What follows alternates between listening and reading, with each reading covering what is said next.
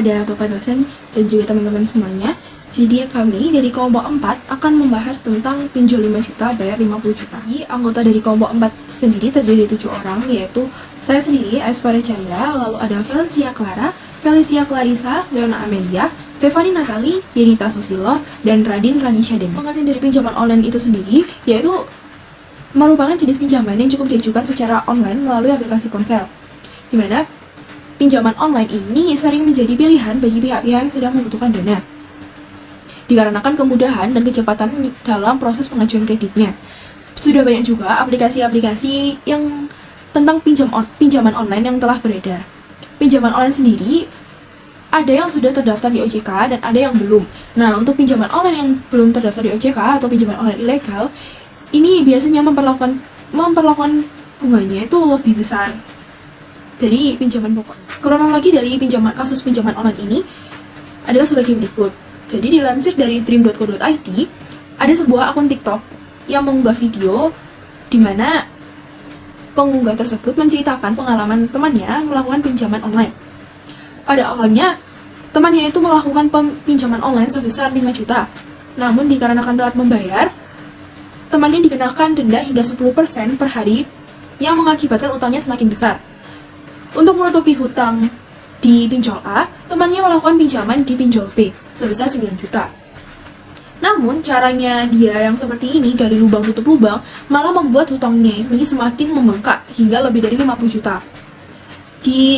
Dikatakan juga dalam dream.co.id bahwa si pengunggah video TikTok tersebut juga berupaya untuk membantu temannya untuk melunasi hutangnya yang lebih dari 50 juta tersebut. Meskipun begitu, nilai yang mereka dapat ini masih belum cukup untuk melunasinya. Jadi hutangnya itu masih ada sekitar 20 juta. Baik, berikutnya ada sedikit cuplikan mengenai kasus pinjaman online yang tersebar di media sosial. Mari kita tonton bersama-sama.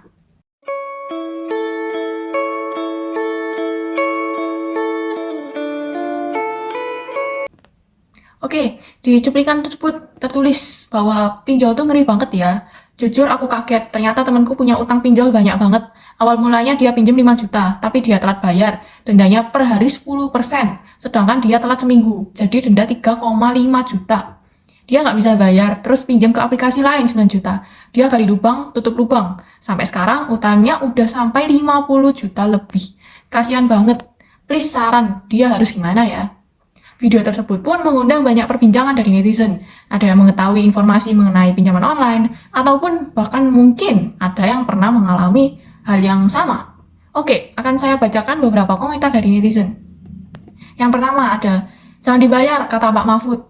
Yang kedua, udah 2 tahun, hampir 40 juta nggak dibayar. Aman di dunia, masalah di akhirat, ntar dipikirin lagi sama sholat tobat.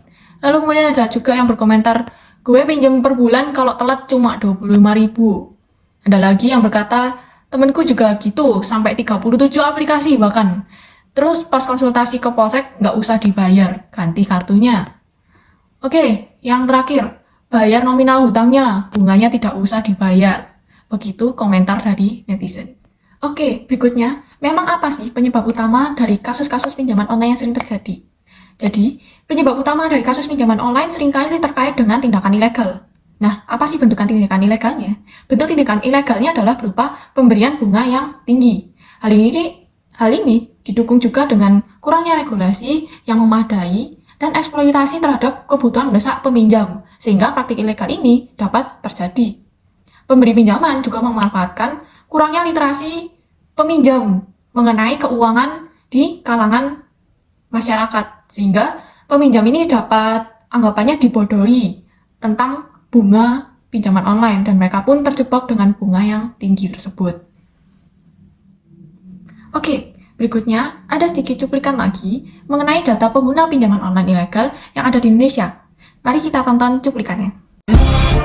And I'm already acting like a dick, know what I mean? So you might as well stick it. Just like heartbroken bitch, high heels, 6 inches. Oke, dari cuplikan tersebut tertera bahwa pengguna pinjaman online ilegal terbanyak adalah dari seseorang yang bekerja sebagai guru, sebanyak 42%. Hal ini juga ditambahkan oleh pengupload video bahwa gaji guru honorer memang sangat kecil.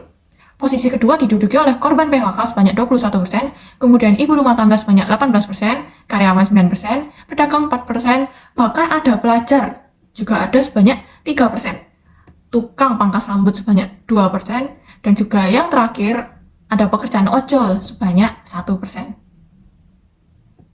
Baik, selanjutnya saya akan menjelaskan mengenai penjiwaan sila-sila Pancasila, terutama sila keempat dan sila kelima Pancasila. Jadi kita mengetahui bahwa sila keempat Pancasila yang merupakan sila yang lebih menjiwai mengenai nilai-nilai kerakyatan, terutama dalam pembuatan regulasi maupun pembuatan keputusan bersama. Sedangkan untuk sila kelima ini lebih menjiwai tentang nilai-nilai keadilan sosial dan menceritakan lebih bagaimana kita bersikap dalam lingkungan kita sehari-hari dan bagaimana kita bersosialisasi sehingga kita bisa mencapai yang namanya kesejahteraan bersama. Dan ini merupakan tujuan dari kemerdekaan Indonesia.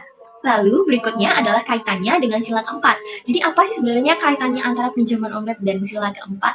Nah, kalau kita membahas tentang sila keempat ini kan bunyinya adalah kerakyatan yang dipimpin oleh hikmat kebijaksanaan dalam pemusyawaratan perwakilan. Jadi mungkin aku bisa menggarisbawahi bahwa dalam kesempatan kali ini tuh kita akan lebih mengkaitkan pada kata kunci yakni hikmat kebijaksanaan. Di mana dengan adanya hikmat kebijaksanaan tentunya manusia ini kan pasti bisa berpikir dengan benar, secara logika juga benar, rasional lah intinya. Jadi intinya itu manusia itu menjadi bisa untuk membuat yang namanya regulasi atau kebijakan-kebijakan yang tepat dan sesuai sasaran. Nah, regulasi ini kan tidak mungkin berjalan tanpa ada faktor yang mendukung kan. Nah, makanya ada kaitannya lagi dengan partisipasi rakyat. Nah, partisipasi rakyat ini berfungsi untuk mendorong dan mendukung regulasi ini bisa berjalan. Nah, jadi kalau misalnya regulasinya berjalan didukung oleh rakyat, otomatis kan pengamalan dari nilai-nilai Pancasila khususnya sila keempat ini juga bisa berjalan karena hikmat kebijaksanaan dalam permusyawaratan perwakilan di mana yang diwakilkan oleh rakyat ini terimplementasi. Nah, kemudian tuh apa sih dampaknya kalau misalnya rakyat itu dukung? Kan otomatis informasi menjadi lebih transparan. Jadi masyarakat juga mengetahui apa sih yang diminta oleh pemerintah dan apa yang diminta rakyat, jadi semakin terbuka dan semakin jelas. Nah, terus kaitannya apa lagi? Otomatis adanya perlindungan konsumen. Jadi masyarakat ini semakin bisa terhindar dari yang namanya kasus pinjaman online. Karena mereka sudah mengerti bahwa ada batasan-batasan tertentu, ada aturan mengenai bagaimana sih pinjol yang baik ataupun bagaimana pinjol yang bagaimana kita itu menghadapi kasus-kasus pinjol seperti itu. Jadi masyarakat itu sudah teredukasi, sudah terlindungi oleh yang namanya dasar regulasi dan sila-sila keempat Pancasila. Dan mengenai dasar hukum, sebenarnya kasus-kasus pinjol ini itu sudah diatur dalam Otoritas Jasa Keuangan. Udah ada peraturan khusus yang mengatur bagaimana tentang pendaftaran perizinan ataupun juga tentang pencabutan izin itu bisa dilakukan oleh OJK apabila kasus pinjol ini dianggap ilegal. Jadi semuanya itu sebenarnya udah ada peraturannya, tinggal bagaimana kita sebagai masyarakat ini bisa menaati regulasi yang telah dibuat berdasarkan sila keempat Pancasila. Oke, selanjutnya saya akan menjelaskan mengenai mengapa banyak orang tergiur dengan pinjaman online dan kenapa kasus pinjol ini sangat banyak di Indonesia. Nah, seperti yang kita ketahui bersama, siapa sih di sini yang tidak memiliki smartphone? 9 dari 10 orang pasti mempunyai smartphone.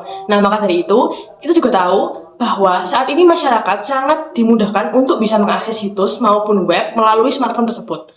Nah, biasanya iklan pinjol ini adalah iklan yang paling sering muncul ketika kita sedang membuka sebuah aplikasi.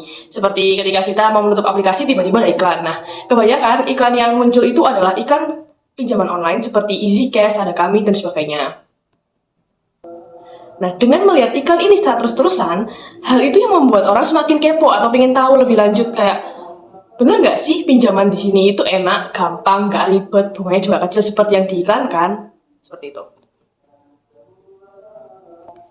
Nah, ditambah lagi dengan adanya pinjaman secara online yang hadir dengan proses pengajuan pinjaman yang cepat, persyaratan yang lebih mudah dibandingkan dengan meminjam uang di lembaga keuangan secara tradisional seperti pinjam uang di bank, di koperasi, dan sebagainya. Nah, hal ini membuat masyarakat lebih tertarik untuk melakukan pinjaman secara online. Nah, akal pintar dari banyak platform pinjaman daring adalah dengan menawarkan pinjaman dengan embel-embel tanpa jaminan. Hal ini juga membuat masyarakat banyak yang tertarik.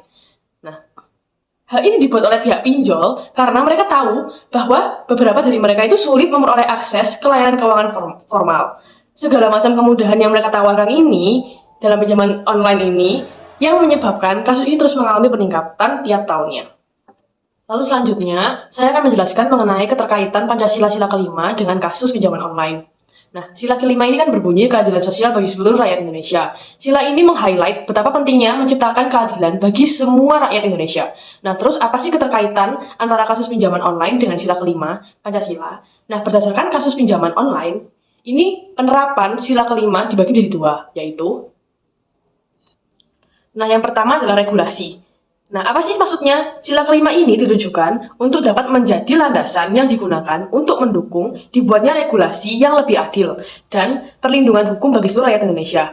Nah, dalam konteks ini, regulasi yang baik itu yang akan membantu memastikan bahwa praktik pinjaman online ini tidak boleh seolah-olah bersifat mengeksploitasi atau merugikan konsumen dan harus memberikan akses yang adil tanpa membebani secara finansial. Lalu yang kedua adalah keadilan akses. Dalam konteks ini, sila kelima menggambarkan pentingnya akses yang adil terhadap layanan keuangan bagi seluruh rakyat Indonesia. Nah, tapi meskipun pinjol ini memang mempermudah pengajuan pinjaman, tetapi masih ada tantangan terkait dengan kesetaraan aksesnya. Nah, orang-orang dengan akses yang terbatas ke lembaga keuangan formal, ini nantinya yang akan menjadi target bagi pinjol. Dan selain itu, ada juga tingkatan bunga yang terlalu tinggi dan praktik-praktik yang tidak adil. Berikutnya, Pancasila dalam kehidupan bernegara memiliki peran sebagai dasar negara yang mengarahkan manusia Indonesia untuk bertindak dalam kehidupan sehari-hari. Berikut adalah peran Pancasila untuk mencegah pinjol. Adanya Pancasila membantu masyarakat untuk menentukan arah keputusan yang akan mereka ambil khususnya dalam mengatasi setiap permasalahan yang mereka hadapi.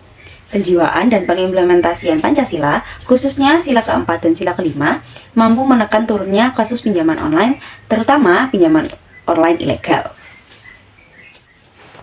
Selanjutnya, saya akan menjelaskan tentang penyebab masyarakat terjerat pinjol. Nah, penyebab yang pertama yaitu perilaku konsumtif. Perilaku konsumtif merujuk pada kecenderungan untuk melakukan pembelian secara berlebihan atau impulsif tanpa mempertimbangkan kebutuhan yang sebenarnya. Nah, perilaku konsumtif inilah yang kemudian akan mendorong masyarakat untuk melakukan pinjol.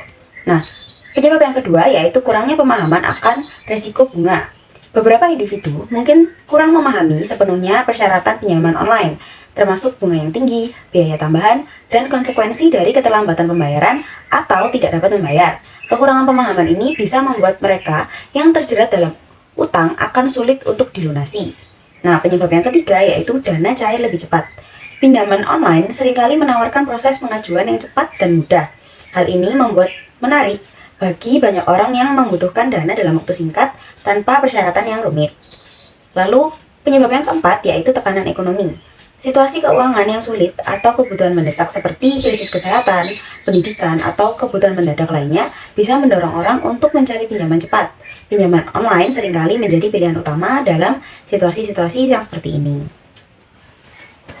Berikutnya adalah dampak negatif dari pinjaman online. Nah, pinjaman online ini memiliki dampak negatifnya sendiri. Yang pertama adalah beban finansial yang berat, di mana seperti yang kita tahu, jika kita memiliki pinjaman, tentu akan ada hutang pokok dan juga bunga yang harus kita bayarkan di masa depan. Nah, hal tersebut bisa berdampak pada beban finansial kita yang semakin bertambah dan justru dapat memberatkan keuangan kita. Yang kedua adalah praktik penagihan yang agresif. Nah, seperti berita-berita yang beredar, dapat kita ketahui bahwa pinjaman online ini memiliki oknum-oknum yang dapat menagih kita kapan saja dengan cara mereka yang agresif, seperti meneror kita via chat, hingga menghubungi keluarga maupun orang terdekat kita dan juga melakukan peneroran. Yang ketiga adalah tingkat bunga tinggi. Hal ini sudah sangat tidak asing di telinga masyarakat bahwa pinjaman online itu memiliki tingkat bunga yang tinggi yang jika diakumulasikan, bunga yang dipatok dengan uang pinjaman pokok itu bisa sama. Jadi bunganya juga tinggi setara dengan uang pokok pinjamannya atau bahkan melebihi jumlah uang pokok pinjamannya. Yang terakhir adalah resiko keamanan data. Pinjaman online itu sangat beresiko dalam hal keamanan data karena kita sebagai peminjam tidak tahu kapan data-data kita akan disebarluaskan tanpa sepengetahuan kita. Jadi sangat penting sebelum kita melakukan pinjaman online, alangkah baiknya untuk melakukan banyak pertimbangan mulai dari resiko hingga biaya-biaya yang harus kita tanggung ke depannya, serta memilih untuk meminjam di platform yang terpercaya sehingga tidak akan merugikan kita di masa depan. Berikutnya adalah solusi mengatasi pinjaman online.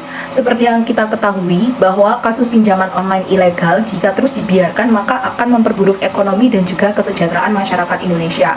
Oleh karena itu, salah satu cara yang dapat kita lakukan adalah dengan menyelaraskan pinjaman online dengan nilai-nilai Pancasila, bisa melibatkan pendekatan yang berorientasi pada keadilan, tanggung jawab sosial, dan juga perlindungan terhadap masyarakat. Nah, menyelaraskan pinjaman online dengan nilai-nilai Pancasila itu perwujudannya seperti apa? Yang pertama adalah di sila keempat, itu dapat dengan melakukan upaya pencegahan dan penanggulangan kasus pinjol ilegal seperti melaporkan praktik pinjol ilegal ke pihak yang berwenang. Dan juga pada sila kelima, contoh penerapannya adalah menegakkan hukum dan memberikan sanksi yang tegas kepada pelaku pinjol ilegal sehingga dapat memberikan keadilan bagi masyarakat yang menjadi korban. Setelah melakukan analisa kasus pinjaman online terhadap sila keempat dan kelima Pancasila, kami dari kelompok 4 menyimpulkan bahwa nilai-nilai yang terkandung dalam Pancasila benar-benar dapat digunakan sebagai senjata untuk mencegah terjadinya kasus, solusi, dan juga dasar manusia untuk bertindak dalam kehidupan sehari-hari. Sila keempat dan kelima Pancasila membuat kelompok kami belajar bahwa nilai keadilan dan kemasyarakatan adalah hal yang saling berhubungan. Tanpa adanya komponen kemasyarakatan dan keadilan, maka rakyat tidak akan ada yang namanya sikap adil. Tak hanya itu, sila keempat dan kelima terhadap kasus pinjaman online ini juga membuat kami sadar bahwa setiap permasalahan dalam kehidupan dapat membuat kita memutuskan pertimbangan nilai Pancasila yang akan memberikan kita arah asal kita menjiwainya. Kasus pinjaman online berkaitan dengan sila keempat dan sila kelima Pancasila. Nilai kerakyatan dan nilai keadilan mampu menjadi senjata untuk melawan kasus pinjaman online. Berdasarkan sila keempat Pancasila yang menekankan akan unsur kerakyatan dalam musyawarah ini, berkaitan erat dengan adanya regulasi yang melibatkan musyawarah dengan masyarakat di dalamnya. Begitu pula dengan sila kelima Pancasila yang juga menekankan akan regulasi yang seharusnya bersifat adil bagi pelaku maupun korban dalam kasus pinjaman online, sehingga tercapai kesejahteraan sosial. Namun, perlu diingat bahwa ketidakseimbangan informasi, kurangnya regulasi yang jelas, dan praktek-praktek yang tidak etis dalam industri pinjaman online dapat mengaburkan implementasi nilai-nilai Pancasila. Dalam konteks ini, penting untuk mencari solusi yang memperhatikan kesejahteraan bersama, keadilan, dan keberlanjutan dalam memberikan layanan keuangan kepada masyarakat. Berikut ini adalah daftar pustaka yang kami ambil dari referensi presentasi kami. Sekian presentasi dari kelompok 4, mohon maaf bila ada kesalahan dan kekurangan. Sekian dan terima kasih.